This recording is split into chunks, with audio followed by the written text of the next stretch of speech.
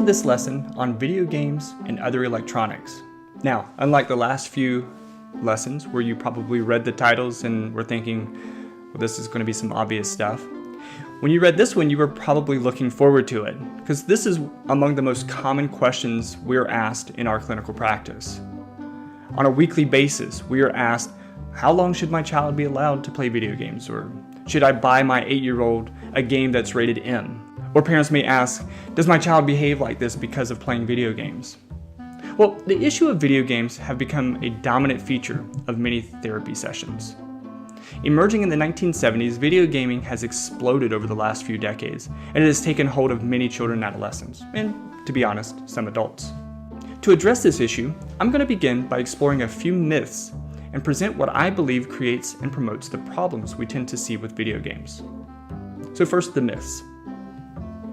There are many myths about video games that seem to be perpetuated by the media and popular culture. They're presented with confidence and perceived authority. Most of these statements have little to no basis in research or reality. So here's the first myth. The first myth is related to desensitization. Many people believe that playing video games, especially violent video games, affects a child's ability to empathize with others. Proponents propose that by spending time killing zombies or enemy soldiers in a video game will lead to a lack of appreciation for life, increased violence, and decrease a child's understanding that death is permanent. This myth is echoed through the media following every tragedy where a child or adolescent commits a heinous crime. In fact, significant focus was paid to the fact that Eric Harris and Dylan Klebold, the teens who killed 15 Columbine classmates in 1999, regularly played online video games and listened to aggressive music. There were people attempting to assign blame for the massacre to their access to these games and music. This myth, however, has been consistently dispelled through research and simple statistics. In fact, it seems as though the media and pop culture has it backwards. First, although it is true that many violent children enjoy violent video games and aggressive music, there are far more children who play the same games and listen to the same music, but are not violent. So it is not much different than saying all of the children who committed these horrible acts of violence eat candy bars. That must be why they did it. If only we could put more regulations on the sale and distribution of candy bars, we could eliminate violent acts. I know that that example is simplistic, and that there are other factors involved.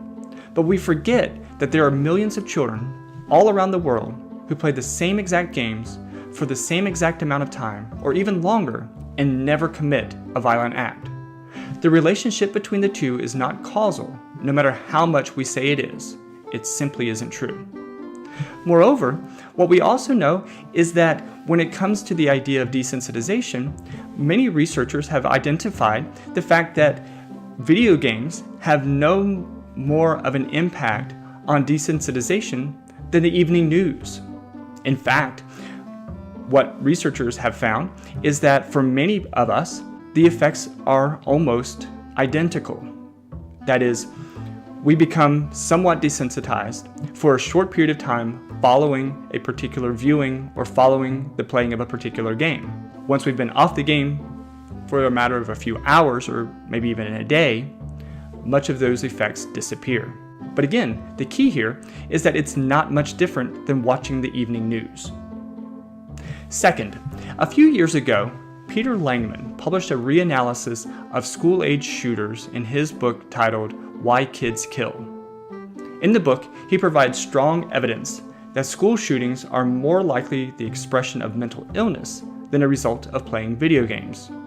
For example, we know that children who commit these crimes are often neurologically under-aroused, and that violent video games and high-volume, fast music are highly stimulating to the brain. It is a simple fact that, generally speaking, violent children seek out things that stimulate their brains. As such, violent children act the way they do, not because of the video games, but because of the underlying mental disorder. The fact that they kill others and play video games is coincidental, not causal. Again, far more children play violent video games and do not kill. A second myth about video games is that they reduce the child's exposure to the outside world. Now, there's this image of overweight children secluded in dark rooms, unwilling or unable to interact with the world around them. Now, I can certainly understand where this impression comes, as I believe that it is at least partially true. There are those gamers who are reclusive, who do seclude themselves away from others, and seemingly lose the ability to maintain healthy relationships with people in their world. There are many others, however, who use the games as an opportunity to be with their friends, including friends from school. It is not uncommon for groups of kids to play these games together after spending the entire day at school together. In fact, because of the way schools have shifted away from the neighborhood school model, many of your child's classmates live on the other side of town or even in another town completely. So whereas we went to school with other kids in our neighborhood, our children cannot walk down the street to play with their classmates. They have to meet them online. In addition to playing with friends they know, some children play with fellow gamers from around the world. They play online and streaming games that allow them to interact with people from different cultures and backgrounds. I know children who talk with their quote-unquote friends who live in China, Japan, England, Australia, all over the world. They have an understanding of world time zones that I didn't know until I was in at least high school. They interact with these friends much as they do with their own classmates. And while these online relationships are not the same as traditional friendships, they do reflect the changing nature of friends and relationships that the internet has made possible. This is true for adults as well. In fact, it is becoming quite common for adults to meet through online dating services and in chat rooms. We have moved away from the traditional methods of meeting new people. In fact, many new adult relationships begin online. So, in reality, we're saying that it's okay for adults, but bad for kids? Well, it's pretty similar. Children, many times now, are meeting friends online just as adults are. Now, of course, there is the argument about online predators. That is absolutely a risk that must be considered in this discussion. However, when parents have a good relationship with their child and monitor their activity, the likelihood of this is very small. Not to mention the fact that the most common online mechanism predators use to reach children is social media. That's right. While it does happen sometimes with online gaming, it is far more likely to happen through social media. So while parents are stressed out about who their child is playing Call of Duty with online, they tend to minimize or marginalize who he is messaging and who's messaging him on Instagram and Snapchat. So we need to make sure that we're monitoring all of the potential sources of threat and not just focus on the gaming. A third myth is that, quote, nothing good can come out of playing video games. Children can absolutely waste time playing video games, just as kids and adults can waste time watching TV or doing anything else. But like TV, video games are here to stay. They are not going anywhere. As such, why not take advantage of the game's positive features? There are games that I often recommend to aid in cognitive development, hand-eye coordination, problem solving, and even gross motor skills and balance. Most of the big game consoles now have hardware that assesses movement and actually get kids up and active. In fact, a study from 2009 suggests that games such as Wii Sports burns as many calories as moderate intensity exercise. So perhaps there is an argument for the type of game as opposed to whether or not he should be playing in the first place. Now, more than ever, games are created to promote development and skill acquisition. Moreover, the futuristic advances in medicine, such as laparoscopic surgery, call for physicians with superior hand-eye coordination and stamina. In fact, there have been several studies completed over the past 10 years that have found that surgeons who play video games have better medical outcome, especially when they're using techniques such as laparoscopic surgery. That is a pretty good outcome of gaming, if you ask me. Now, the final myth is specific to children with ADHD. That is, if a child with ADHD can sit and play a video game for hours, some parents believe that he should be able to sit and work on his homework for more than 30 minutes. I'm sorry to be the one to break the news to you, but that is absolutely wrong. As I have mentioned in previous lessons, video games are highly stimulating, and kids with ADHD seek highly stimulating activities. That is why most kids with ADHD are not avid readers. Reading, to them, is boring. There is no action to it. It requires a lot of concentration, a lot of focus, without the action. Video games, on the other hand, are ever-changing. There is constant visual and auditory stimuli. And when you add in the opportunities to talk with their friends at the same time, that, my friend, is ADHD heaven. So basically, your child's ability to attend to video games should not be a gauge for how well you would expect him to attend to his social studies homework. It simply isn't a fair comparison. Now, let's shift from discussing the myths and talk about some of the real problems. What are the underlying issues that seem to be missed through the muddy waters created by the myths? First, many children and adolescents view gaming as a right rather than a privilege. They honestly believe that because they have the game, they should be able to play it as much and as often as they want. So the problem is not the video game, it is the time the child wants to spend playing. It is simply unrealistic that they spend 4 hours a day playing video games. And when left to their own devices, many children allow other obligations, such as chores and homework, to go unmet so that they can spend more time playing video games.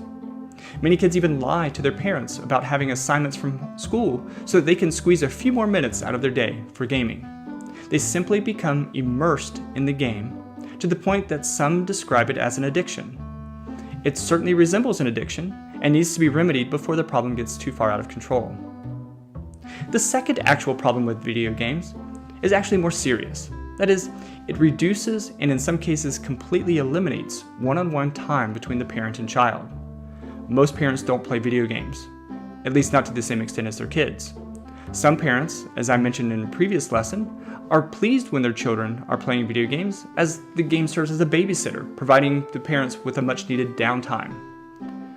As this pattern continues, the parent and child spend less and less time interacting with one another. And while this is a normal pattern as children work their way through adolescence, this is happening at younger and younger ages, even when children aren't at a developmental level where they need to be separated to that extent. When we really look at this issue, some parents find comfort in the fact that their child is home and not running the streets. Sure, he is playing video games, but he can't get into any real trouble if he's here at the house. However, despite being at home, the child is not receiving the amount and kind of attention from his parents that he or she needs to develop fully. Whether they are hanging out on the street corner or in their bedrooms, the problem really comes down to the loosening of the parent-child relationship. It is not about the video game, it is about the relationship. Children suffer more from parental neglect than they do from violent video games. And I believe that the reduced interaction between parents and children have far more negative consequences than the game itself. So now that we've addressed the myths and identified the real problems with video games, let's spend the last portion of this lesson talking about how we can use video games in a positive way, how we can prevent video games from being a problem now and into the future. Simply put, the most effective way to eliminate the problems with video games is to use them as a contingency. In this scenario, the parent creates a new set of expectations in the home. So let's say, for example, that we're going to use this plan. In this scenario, the parent will hold on to the game controllers. Yeah, I know, the game console and TV will stay in there, but they really don't matter. No controller, no playing. It really is as easy as that. It is important, though, that we don't view this as a punishment. If the child hasn't done anything wrong, we don't want to punish him for nothing. Instead, you're just going to simply communicate that this is a new plan in the home. For example, you may say something like, "I've noticed that the video games have been a sore subject in the house lately. It seems as though we keep getting into arguments over when you can play, for how long you can play, and whether you can play before you finish your homework. So I have a new plan. Because it is so tempting to play video games all the time, I'm going to hold on to the controllers, and when you've completed your homework and I check it, you can have the controllers back. Okay?" Now, you know how he will respond, so you need to be prepared for that. He's going to say it's not fair, "Oh no, I can get my homework done, it's okay." And you're just going to reply, "I know it's not really fair, and I know you always get it done. But wouldn't you agree that this has been a source of argument for us lately?" And let him respond to that. Let's see how he answers that, because invariably he will agree that it has been a source of problem. Then you'll say, "I have no doubt that you're going to get your homework done and that it will be correct. But doing this new plan will help keep me from feeling like I have to be on top of you about it. Doing it this way keeps me off your back about your homework. So starting tonight, get your homework done, show it to me, and then I'll give you the controller. You can have them back until bedtime. So that's right. So the earlier you get your homework done, the more time you're going to have. At that point, the discussion can and should be over. No more arguing, no more fighting, no homework, no controller. It is then the child's choice. There's no reason to battle over video games, no more daily arguments. Certainly he's going to try to engage you in conversations about this again, but you're going to need to stick to your guns, stick to your plan, stick to the arrangement. But as we've talked about with consistency and predictability and those kinds of things, you just need to be on top of it and make sure that you check his homework and that you give the controllers as soon as he has his homework completed. All right, so this is going to require a bit of planning for you. For example, if your child gets home before you get off work, you will need to bring the controller to work with you. You may consider a note on the fridge that reminds him that he needs to get his homework done and that it's really his choice as to when he gets it done so that he can get his controller back. If he has his homework and has it done before you get home, you can check it right away and he can have the controller for the rest of the evening. Once this procedure is in effect, you can then add other contingencies. For example, if you want to go out and eat with your son, just as a bonding situation, but he wants to stay home and play video games, you can say simply, well, the controller's going to go with me. If you want to play tonight, you can come have dinner with me, and when we get home, I'll give you the controller for the rest of the evening.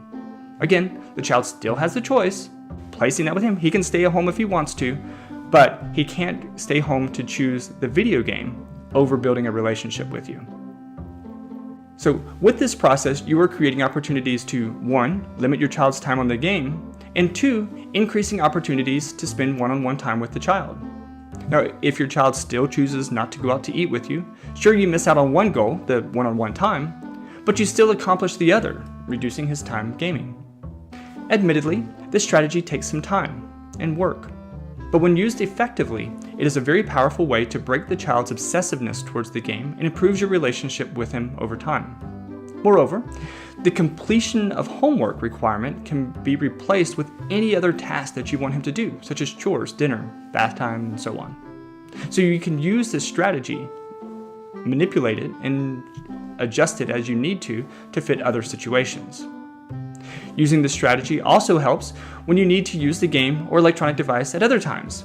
Because he is not spending hours a day on video game, when you go to the store and you need to keep him busy, he will appreciate the extra electronics time you are offering. As you hopefully see, this will make the video games a much more powerful tool for good. Another issue with video games and other electronics, including television, is the way we conceptualize these activities. Children, teenagers, and even adults have a tendency to watch TV or play games.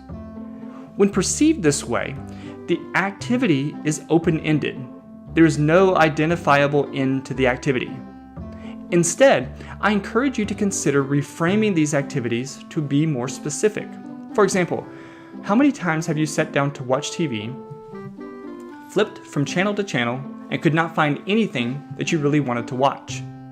As such, you ended up watching something that would suffice. I think most, if not all of us, have done that at some point or another.